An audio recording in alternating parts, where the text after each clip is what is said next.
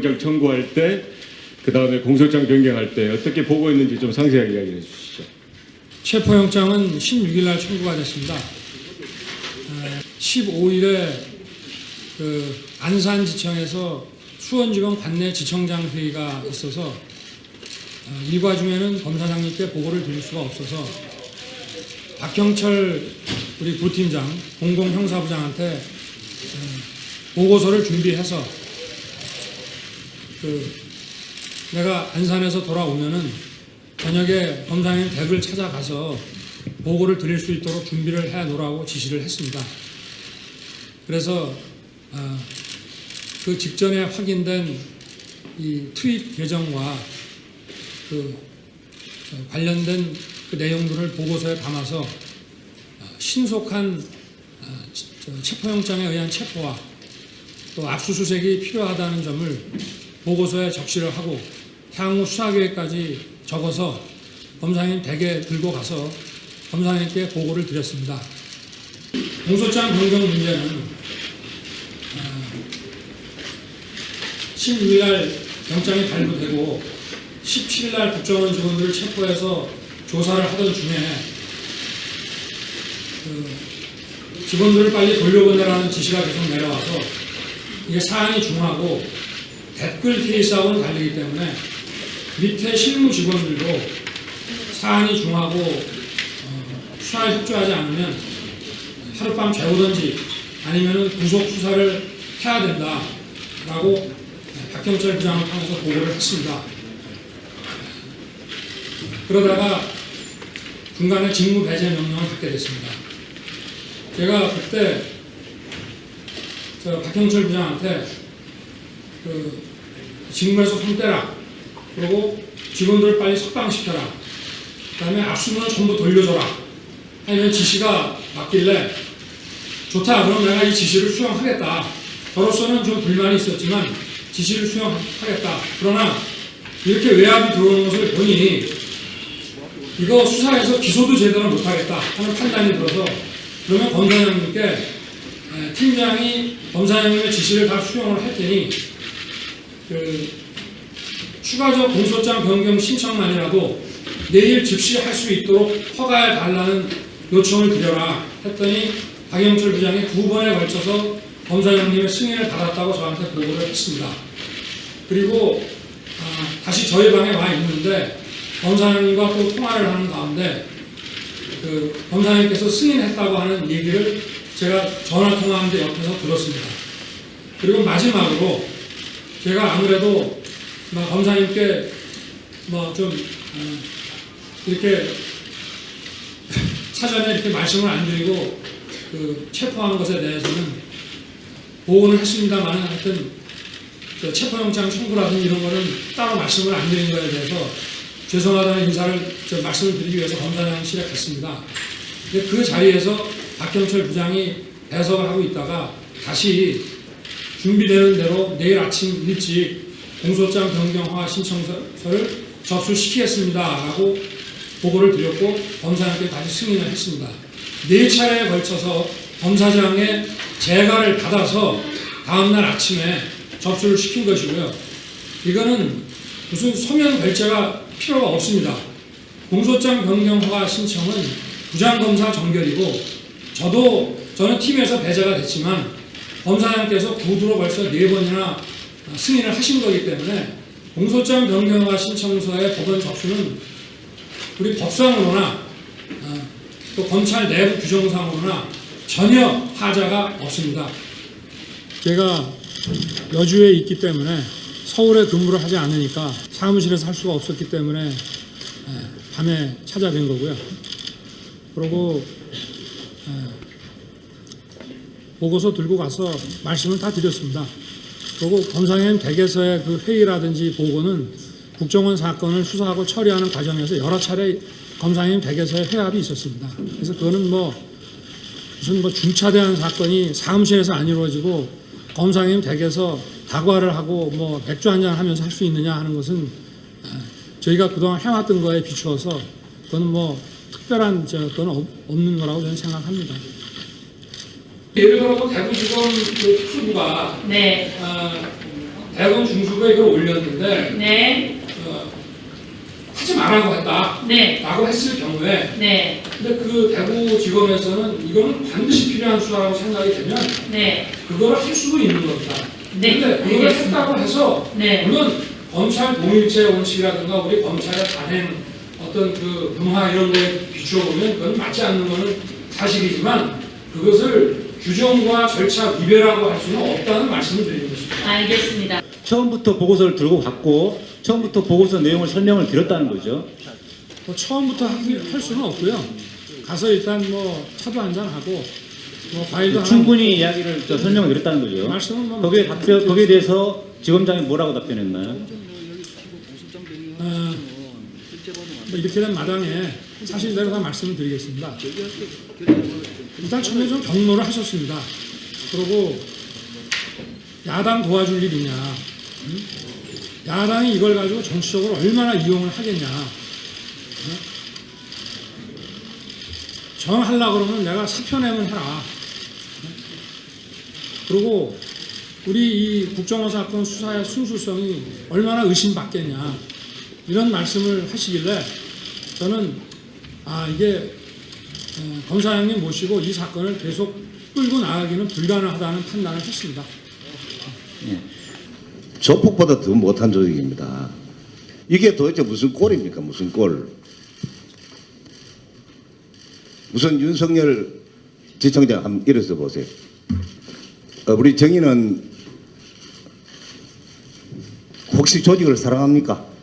네, 대단히 사랑하고 있습니다. 사랑합니까? 예. 혹시 사람이 충성하는 건 아니에요? 저는 사람에 충성하지 않기 때문에 예. 제가 오늘도 이런 말씀을 드리는 겁니다. 많은 검사님 계시는데 물론 최동욱 총장이 그만두게 된 동기는 가장 간단한 거 아닙니까? 여러분 가장 중요한 게 도덕성입니다. 이 자리에도 그런 분이 있으면 당연히 사표 내야죠. 나갈 때 정말 자기를 있게 해준 조직을 위해서 조용히 나가야죠. 나가면서 온 고춧가루 다 뿌려놓고 결국 후배치게 기름 꼬라지 만들고 이게 오늘 대한민국 검찰 조직입니다.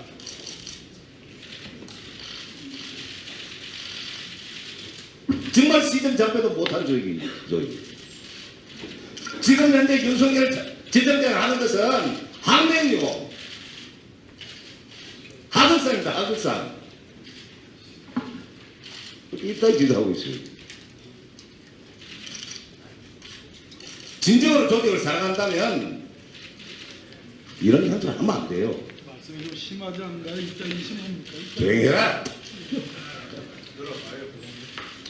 국정원은 기본적으로 자기들이 이런 댓글과 사이버 개입을 한 사실이 이런 대선 개입을 한 사실이 없다고 주장을 하고 있고 또 저희가 국정원 직원이 사용하는 트윗 계정이라고 추정을 해서 벌써 지난 여름에 국정원에 보내준 거에 대해서도 이번에 그게 국정원 직원께 확인이 됐습니다만은 자기네 직원께 아니다라고 얘기를 하고 저희는 무슨 국정원의 인사기록 카드를 본 것도 아니고 저희가 그 사이버 추적과 휴대폰 추적을 통해서 이 사람이 국정원 심리전단의 트윗팀이라고 추정을 해서 체포를 하는 거기 때문에 체포 전에 이 사람의 소속, 정확한 뭐 소속과 이런 걸 알 수가 없습니다. 그렇기 때문에 일단 체포를 해봐야 국정원 직원인지 알 수가 있고 그리고 체포하면은 바로 국정원 연락관한테 전화가 옵니다.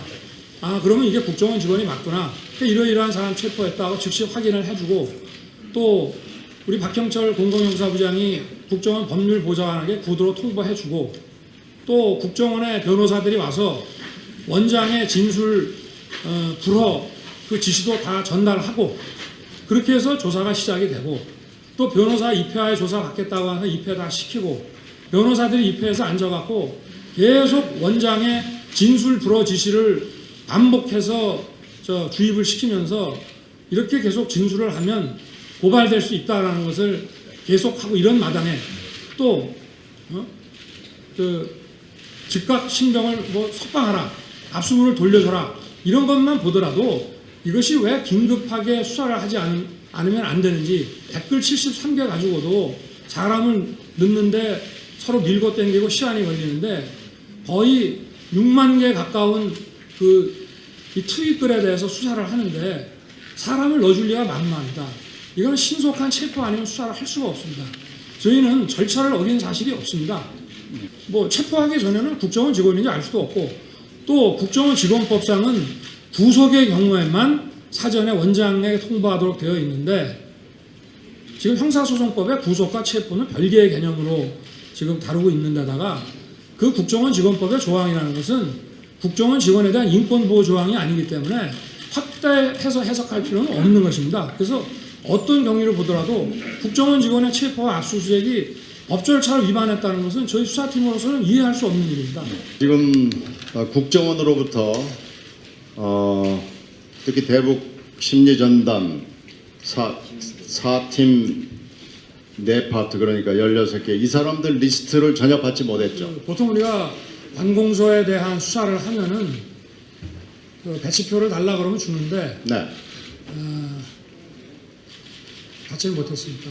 뭐 수사 초기부터 지금까지 받지 못했습니다. 그러니까 전혀 받지 못했으니까 그날 데려온 사람, 압색 네. 영장을 받은 사람 알 수가 없잖아요. 알수 없습니다. 이걸 네. 주지도 않고 왜 통보하지 않았냐 그러는 건 말이 되지 않는 얘기 아닙니까? 그렇습니다.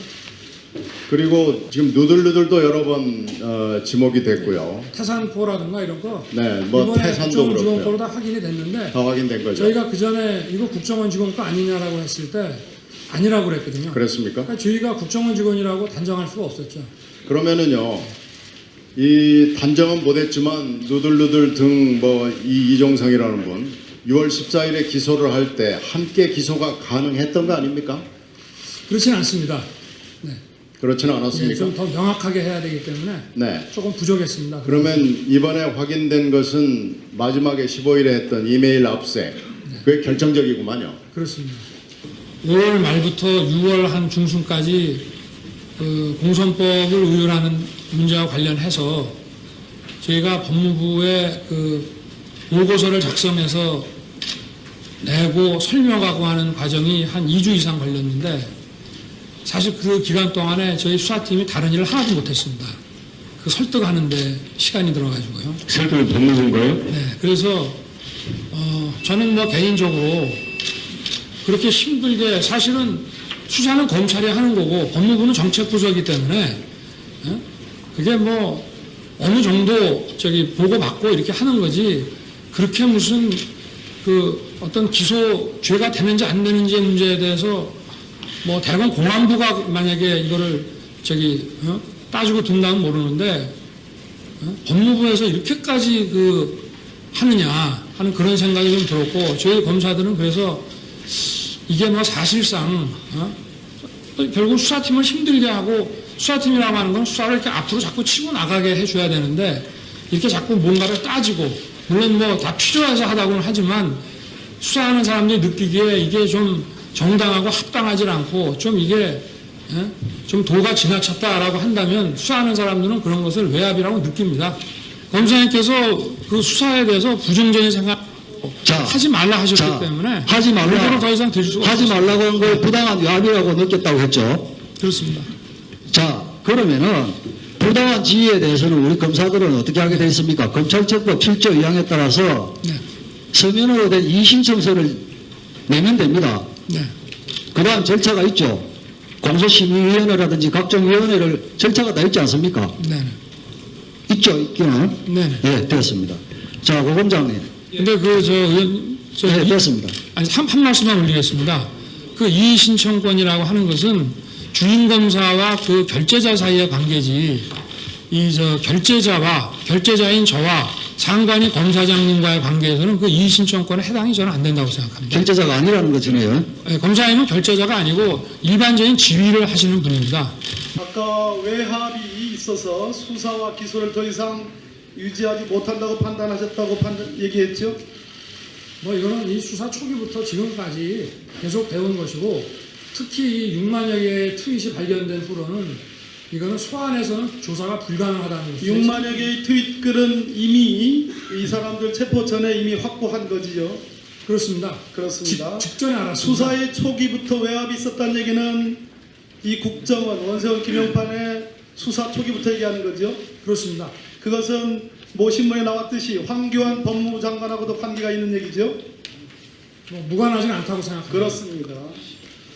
변경 신청서를 최종적으로 서울중앙지검장이 그래 그러면 허가하는데 대신 국정원 직원을 석방하는 것을 조건으로 허가했다고 저는 알고 있습니다. 어떻습니까? 맞습니다. 현재 판단 기준으로 추가 기소된 것에 대한 수사가 완료됐다고 판단하십니까? 아니면 미진한 수사입니까? 계속 해야 됩니다. 계속해야 되죠? 네. 5만 8천 개는 트윗을 보고 그 내용을 보고 또 그게 5만 8천 개가 다가 아니고 그 분석을 하면은 그보다 훨씬 많이 나올 수 있는 그런 상황에서 저희가 이거 국정원 법에도 또 선거운동 금지가 있습니다. 그러니까 어느 쪽으로 가든지 간에 이거는 그 선거사범 중에는 거의 유례를 보기 힘든 중범죄라고 저는 생각을 했습니다. 아마 저는 뭐 공안검사를 하면서 선거사범을 많이 다뤄보진 않았습니다만은 선거사범으로 친다면은 이거 이상 더 중한 범죄가 좋습니다. 또 압수수색이 필요하다는 점을 보고서에 적시를 하고 향후 수사계획까지 적어서 검사님 댁에 들고 가서 검사님께 보고를 드렸습니다. 공소장 변경 문제는 16일 영장이 발부되고 17일 국정원 직원들을 체포해서 조사를 하던 중에 직원들을 빨리 돌려보내라는 지시가 계속 내려와서 이게 사안이 중하고 댓글 케이스하고는 다르기 때문에 밑에 실무 직원들도 사안이 중하고 수사에 협조하지 않으면 하룻밤 재우든지 아니면 구속 수사를 해야 된다라고 박경철 부장을 통해서 보고를 했습니다. 그러다가 중간에 직무 배제 명령을 받게 됐습니다. 그 검사님께서 승인했다고 하는 얘기를 제가 전화 통화하는데 옆에서 들었습니다. 그리고 마지막으로 제가 아무래도 검사님께 좀 이렇게 사전에 이렇게 말씀을 안 드리고 그 체포한 것에 대해서는 보고는 했습니다만 하여튼 체포영장 청구라든지 이런 거는 따로 말씀을 안 드린 거에 대해서 죄송하다는 인사를 말씀을 드리기 위해서 검사장실에 갔습니다. 근데 그 자리에서 박경철 부장이 해석을 하고 있다가 다시 준비되는 대로 내일 아침 일찍 공소장 변경허가 신청서를 접수시키겠습니다라고 보고를 드렸고 검사장께 다시 승인을 했습니다. 4차례에 걸쳐서 검사장의 재가를 받아서 다음날 아침에 접수를 시킨 것이고요. 이거는 무슨 서면 결제가 제가 그때 박경철 부장한테 그 직무에서 손 떼라. 그리고 직원들을 빨리 석방시켜라. 그 다음에 압수문을 전부 돌려줘라. 하는 지시가 맞길래 좋다. 그럼 내가 이 지시를 수용하겠다. 저로서는 좀 불만이 있었지만 지시를 수용하겠다. 그러나 이렇게 외압이 들어오는 것을 보니 이거 수사해서 기소도 제대로 못하겠다 하는 판단이 들어서 그러면 검사장님께 팀장이 검사장님의 지시를 다 수용을 할 테니 그 추가적 공소장 변경 신청만이라도 내일 즉시 할 수 있도록 허가해 달라는 요청을 드려라 했더니 박영철 부장이 2번에 걸쳐서 검사장님의 승인을 받았다고 저한테 보고를 했습니다. 그리고 다시 저희 방에 와 있는데 검사장님과 또 통화를 하는 가운데 필요가 없습니다. 공소장 변경 허가 신청은 부장검사 정결이고 저는 팀에서 배제가 됐지만 검사장께서 구두로 벌써 4번이나 승인을 하신 거기 때문에 공소장 변경 허가 신청서의 법원 접수는 우리 법상으로나 또 검찰 내부 규정상으로나 전혀 하자가 없습니다. 제가 여주에 있기 때문에 서울에 근무를 하지 않으니까 사무실에서 할 수가 없었기 때문에 밤에 찾아뵌 거고요. 그리고 보고서 들고 가서 말씀을 다 드렸습니다. 그리고 검사님 댁에서의 그 회의라든지 보고는 국정원 사건을 수사하고 처리하는 과정에서 여러 차례 검사님 댁에서의 회합이 있었습니다. 그래서 그거는 무슨 중차대한 사건이 사무실에서 안 이루어지고 검사님 댁에서 다과를 영장 청구할 때, 그 다음에 공소장 변경할 때 어떻게 보고했는지 좀 상세하게 이야기해 주시죠. 체포영장은 16일 날 청구가 됐습니다. 15일에 그 안산지청에서 수원지검 관내 지청장 회의가 있어서 이 과중에는 검사장님께 보고를 드릴 수가 없어서 박형철 우리 부팀장 공공형사부장한테 보고서를 준비해서 내가 안산에서 돌아오면은 저녁에 검사님 댁을 찾아가서 보고를 드릴 수 있도록 준비를 해 놓으라고 지시를 했습니다.